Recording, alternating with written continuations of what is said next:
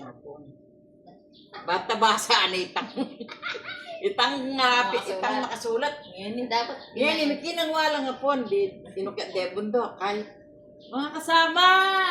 Andito na yung hapon na ano di. Di na tanglangan no karakan excited la banta ating magdalang pala.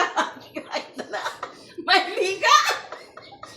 Ating magdalang pala, piko, sarong gamat.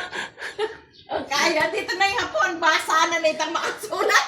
Anyang pinasa ni. O, makin kayo, katahimikan. Babasahin na. Binasa ni ini nga po.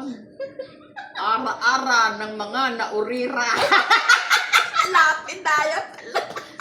ng mga naunila. Ara-ara ng mga naurira.